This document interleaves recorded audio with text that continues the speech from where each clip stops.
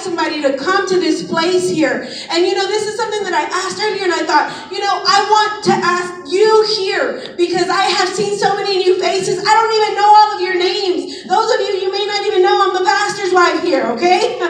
My name is Rosa Ramos. I'm the pastor's wife here. Nice to meet you. God bless you. But I'm also interim kids pastor, that's why. But I want you to know that we are glad you're here. There's an amazing feel of God's presence in this place. And there's something that drew somebody to tell you to come to this place. And what was it? Can I tell you, as I began to think that or ask that, I'm like, I want to know what it is that brought you here. Was it the music? Surely it was not just for the music. We've got amazing days and we've got some off days. Today was a good day. Thank you, worship team. Amen. We have an amazing worship team. It wasn't for a show, because we don't put on a show here. We just worship Jesus. Amen. It wasn't even for Gary's sandwiches. And if it's your first, second time, you may not know yet, but some of the rest of you are like, well, I do come back. But Gary has our cook back there in the cafe. And if you are a visitor, then talk to somebody. We'll hook you up back there. It wasn't even just that. But I believe that what brought you here, what got you to bring somebody else here, was the experience you had with God.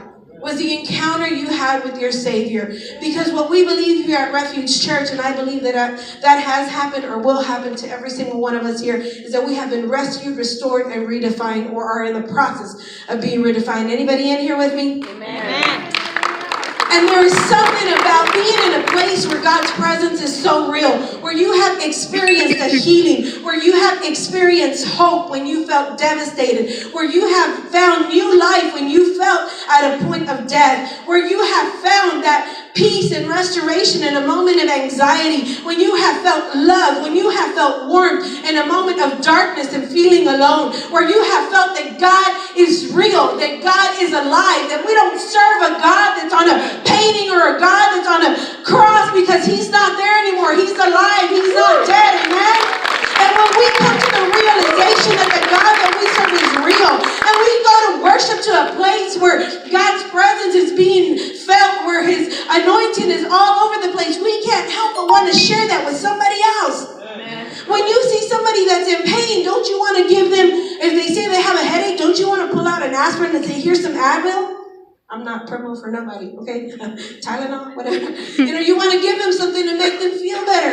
When you see somebody that is spiritually hurting, that is spiritually tired, that is spiritually in a place that's dry, that maybe they need something in their life, don't you want to say, I have just the place for you? It is a place of refuge. It's a place that I call home, but God's presence is there. And I would love for you to come to encounter the God that I have encountered there. Not because it's refuge, not because we're the pastors, not because of anything, but because God is in this place. He has graced us with his presence here, and he is real. If you've ever received a healing, you know what? I'm going to do something crazy right now. If you've ever received a healing from God, I want you to stand up.